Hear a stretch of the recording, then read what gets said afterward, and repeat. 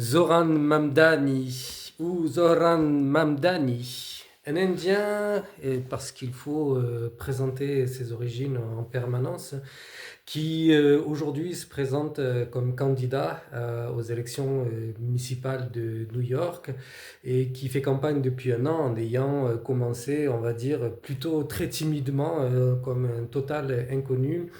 et qui a su et qui sait démontrer qu'en réalité, bien qu'il joue de ça et qu'il joue du multiculturalisme dont il est héritier, puisqu'il parle plusieurs langues et qu'il promeut la défense surtout des pauvres, des minorités, et puis pour vraiment un vivre ensemble. Et surtout, il démontre une chose, c'est qu'on s'en fiche vraiment de la religion des gens, c'est le contenu. Aujourd'hui, il manque totalement de contenu dans les choses, contenu constructif, positif, humain, qui rassemble, pas qui rassemble autour du vide, mais qui rassemble autour du bien commun, de se faire du bien, d'avoir un bon comportement, un respect les uns envers les autres. Et je crois que Mamdani, au-delà du fait qu'il se présente comme un musulman, ce qu'il est d'origine dans la pratique, etc., je crois qu'il ne fait pas vraiment le détail de tout ça, mais qu'il surfe un peu sur tout ça et pour parler surtout d'économie, de social, de mesures responsables socialement et écologiquement et devant la population. Mamdani, il est héritier effectivement d'une histoire. C'est quelqu'un qui issu d'une famille de ces communautés indiennes qui, au 19e siècle, alors communautés indiennes généralement du Gujarat, des musulmans du Gujarat, qui ont essaimé dans l'océan Indien en parallèle des vagues migratoires coloniales que les colonisateurs britanniques et français engageaient des main-d'œuvre d'origine indienne pour aller dans différentes colonies. Donc, les colonies indiennes, les travailleurs indiens de la Réunion, de l'île Maurice, qui sont en grande majorité ou qui étaient en grande majorité hindous, qui constituent une grande partie des populations de ces îles jusqu'à aujourd'hui, qu'on retrouve dans l'est de l'Afrique, mais accompagnés qui n'était pas une main-d'œuvre, mais de commerçants, généralement de commerçants du Gujarat en Inde, qui est une région du nord-ouest de l'Inde. Et donc Mamdani, il est héritier de ça, avec en plus un héritage, on va dire, engagé et militant de la part de sa famille. Comme quoi, et donc ce qu'il nous montre, c'est que l'origine, la religion sont des choses qui sont très personnelles aux gens. Elles donnent des parcours, elles expliquent pourquoi les gens s'engagent, où les gens ont une pensée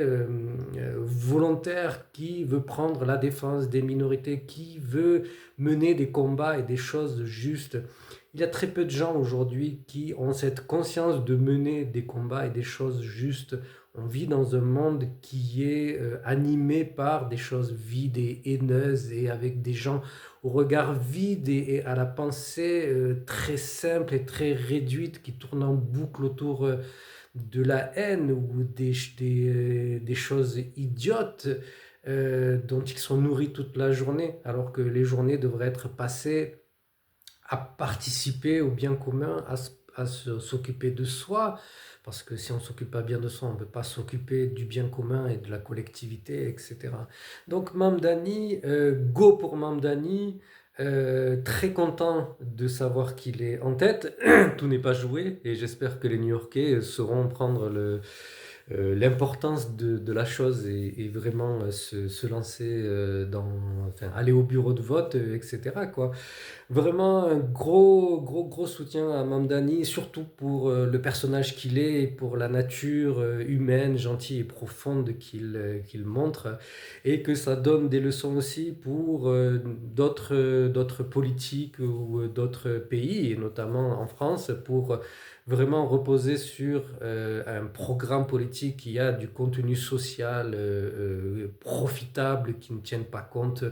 des sirènes qui sont chantées par le néolibéralisme pour être égoïstes, pour priver les gens de besoins fondamentaux. Go Mamdani, il faut vraiment soutenir ce genre d'initiative. Et puis, au-delà des partis politiques qui nous plombent en réalité le système des partis, il est temps vraiment de créer une politique du bien commun